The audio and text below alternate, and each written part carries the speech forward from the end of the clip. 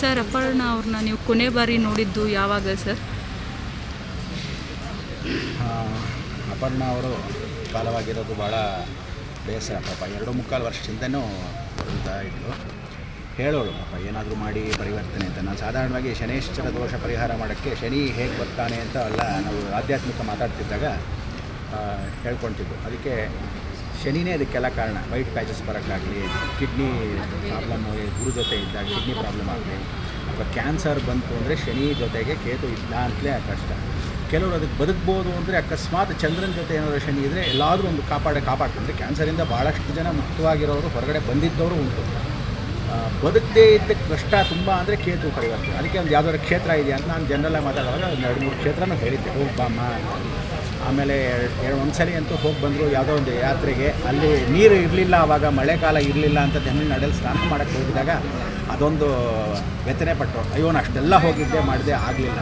ಆದರೂ ಪಾಪ ಹೋರಾಡಿ ಮಾಡಿ ಏನೂ ಹೇಳ್ಕೊಳ್ಳದೆ ಮಾಡಿರ್ತಕ್ಕಂಥದ್ದು. ನನಗೆ ಲಾಸ್ಟು ಸಿನಿಮಾ 90 ಅಂತ ಹೇಳಿ ಮೊನ್ನೆ ಕಾರ್ಯಕ್ರಮ ಪ್ಯಾಲೇಸಲ್ಲಿ ಆಯಿತು, 90 ವರ್ಷದ ಆಚರಣೆ. ಆ ಸಮಯಕ್ಕೂ ನಿರೂಪಣೆ ಮಾಡೋ ಸಮಯಕ್ಕೆ ಬಂದು ಮಾತಾಡಿ, ಗುರುಗಳೇ ಭಾಳ ವರ್ಷ ಆಗೋದು ನೋಡಿ ತುಂಬ ಅಂತೇಳಿ. ಒಂದು 2-3 ವರ್ಷ ಕರೋನಾ ಟೈಮಿಂದ ಸಿಕ್ಕಿದ ಮೇಲೆ ಆಮೇಲೆ ಸಿಕ್ಕಿದ್ದು ಆವಾಗಲೇ ಸರಿ. ತದನಂತರ ಹೀಗೆ ಬಂದಾಗ ಯಾರಿಗೂ ತೋರಿಸ್ಕೊತಿರಲಿಲ್ಲ, ಯಾರಿಗೂ ಹೇಳ್ಕೊತಿರಲಿಲ್ಲ. ಹೇಳಿದ್ಮೇಲೂ ಇದು ನಿಮ್ಮ ಹತ್ರನೇ ಇರಲಿ ವಿಚಾರ, ಯಾರಿಗೂ ಹೇಳೋದು ಬೇಡ ಅಂತ ಆ ಥರನೇ ಇರ್ತೀನಿ ಸ್ವಭಾವ. ಸೊ ಅದರಿಂದ ಹೇಳ್ಕೊಳ್ದಿದ್ರು ಪ್ರಾಬ್ಲಮ್ ಏನಂದರೆ ಹೇಳಿದ ತಕ್ಷಣ ಯಾರೂ ಬಂದು ಕಾಪಾಡಲ್ಲ. ಹೇಳದೇ ಇದ್ರೂ ಅಟ್ಲೀಸ್ಟ್ ನಮ್ಮಂಥವ್ರ ಹತ್ರ ಅಂದರೆ ಹೇಳಿದ್ರೆ ಎಲ್ಲ ಒಂದು ಕಡೆ ಯಾವುದಾದ್ರೂ ಒಂದು ಪರಿಹಾರ, ಭಗವಂತ ಅಂತ ಒಬ್ಬರಿದ್ದಾನೆ ಅಂತ.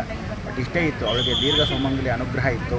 ಅದೊಂದು ಮುಂದೆ ಒಂದು ಮಕ್ಕಳು ಇಲ್ಲದೇ ಇರೋ ಕಾರಣ ಒಂದು ಮಕ್ಕಳು ಇಲ್ವಲ್ಲ ಅನ್ನೋ ಯೋಚನೆ. ಅದಕ್ಕೆ ಮಕ್ಕಳ ಥರ ತಮ್ಮೆಲ್ಲ ಗಿಡಗಳನ್ನೆಲ್ಲ ಮಕ್ಕಳ ಥರ ಸಾಕಿ, ಅಕ್ಕಪಕ್ಕದ ಮನೆಯಲ್ಲಿರೋ ಹುಡುಗರನ್ನ ಚಿಕ್ಕ ವಯಸ್ಸಿಂದ ನಾವು ನೋಡ್ಕೊಂಡ್ಬಂದು ಬಂದರು ತಿಂಡಿ ಕೊಡ್ತೀನಿ ಹಾಗೆ ಹೀಗೆ ಅಂತ ಎಲ್ಲರನ್ನೂ ಚಿಕ್ಕ ವಯಸ್ಸಿಂದ ಈ ಕಡೆ ದೊಡ್ಡ ಹುಡುಗರಾಗ್ಬಿಟ್ಟಿದ್ದಾರೆ, ಕಾಲೇಜ್ ಹುಡುಗರು. ಅವರೆಲ್ಲ ಪಾಪ ಅವರವರ ವ್ಯಕ್ತಿತ್ವ ಪಡಿಸ್ಕೊತಾರೆ.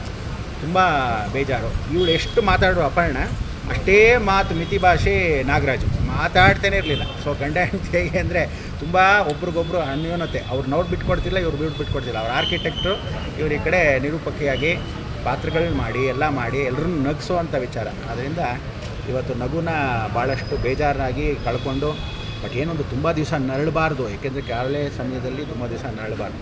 ಆಷಾಢ ಮಾಸದಲ್ಲಿ ನವರಾತ್ರಿ ಸಮಯದಲ್ಲಿ ವಾರಾಹಿ ನವರಾತ್ರಿ ಅಂತ ಕರಿತೀವಿ. ಈ ಸಮಯಕ್ಕೆ ಹೋದಾಗ ಭಾಳ ವಿಶೇಷತೆಯಾಗಿ ಇರ್ತಕ್ಕಂಥ ಅಮ್ಮನವರಿಗೆ ಬಹಳ ಪ್ರೀತಿಯಾಗಿರ್ತಕ್ಕಂಥವ್ರು ಅಂತಲೂ ಕರಿತೀವಿ ಆಧ್ಯಾತ್ಮದಲ್ಲಿ. ಕೆಲವರು ಅಯ್ಯೋ ಹಿಂಗೆ ಹಂಗೆ ಅಂತಾರೆ. ಬಟ್ ಅವ್ರ ಯಜಮಾನ್ರಿಗೆ ಏನು ಅಂದರೆ ತುಂಬ ನರಳಿಲ್ವಲ್ಲ ಅಂತ ಅವ್ರಿಗೂ ಒಂದು ಕಡೆ ಸಂತೋಷ, ಒಂದು ಕಡೆ ಶ್ರೀಮತಿ ಹೋದ್ರೆ ಅಂತ ದುಃಖ. ಅವ್ರಿಗೆ ಏನು ಅಂದರೆ ಭಗವಂತ ಕಾಪಾಡಲಿ. ಯಾವುದೇ ಕಾರಣಕ್ಕೂ ಪುನರ್ಜನ್ಮ ಇಲ್ಲದೆ ಎಷ್ಟೋ ಜನ ಕ್ಯಾನ್ಸರ್ ಬಂದಿರತಕ್ಕಂಥವ್ರಿಗೆ ಒಂದು ಒಳ್ಳೆಯ ಕ್ಷೇತ್ರಗಳಿದೆ. ಅದಕ್ಕೆ ನಾನು ಕಾರ್ಯಕ್ರಮ ಮಾಡ್ತೀನಿ. ದಯವಿಟ್ಟು ಶನಿ ಇದ್ದಾಗ ಎಷ್ಟೋ ಜನಕ್ಕೆ ದಯವಿಟ್ಟು ನೀವುಗಳು ಕೆಲವೊಂದು ಸಮಯದಲ್ಲಿ ತಪ್ಪುಗಳು ಮಾಡ್ಕೊತೀರಾ. ಅದನ್ನು ಯಾವತ್ತು ಸಮಯಕ್ಕೆ ಯಾವಾಗ ಹೊಡೆಯುತ್ತೋ ಗೊತ್ತಾಗಲ್ಲ. ಅದಕ್ಕೆ ದಯವಿಟ್ಟು ಆ ಶನೇಶ್ವರನಿಗೆ ಸಂಕಲ್ಪವಾಗಿ ಮಾಡೋ ಸಮಯಕ್ಕೆ ಒಂದು ಕ್ಷೇತ್ರಗಳಿವೆ, ತಾವೇ ಮಾಡಿರೋಂಥ ಕ್ಷೇತ್ರಗಳಿವೆ. ಸೊ ಅದನ್ನೆಲ್ಲ ಕಾಪಾಡ್ಕೋಬೇಕು. ಸೊ ಬೇರೆಯವ್ರಿಗೂ ಇದೊಂದು ಕಾರಣವಾಗಿ ಹೊರಗಡೆ ಇವಾಗ ಫಾರ್ ಎಕ್ಸಾಂಪಲ್ ಸುನೀಲ್ ಶೆಟ್ಟಿ ಹೊರಗಡೆ ಬಂದಿದ್ದಾರೆ, ಆ ಕಡೆ ಇವಳು ಹಿಂದಿಯವರು ಎಷ್ಟೋ ಜನ ಹೊರಗಡೆ ಅದಕ್ಕೆ ಬಂದಿದ್ದಾರೆ. ಕ್ರಿಕೆಟರ್ ಅವನು ಹೊರಗಡೆ ಬಂದಾನೆ. ಇವ್ರಿಗೆ ಕೆಲವ್ರಿಗೆ ಬರೋಕ್ಕೆ ಆದ್ಯತೆ ಕೊಟ್ಟಿಲ್ಲ ಭಗವಂತ. ಈಗೆಲ್ಲ ಆತ್ಮಶಾಂತಿ ಕೊಡಲಿ ಅಂತ ಹೇಳ್ತಾರೆ.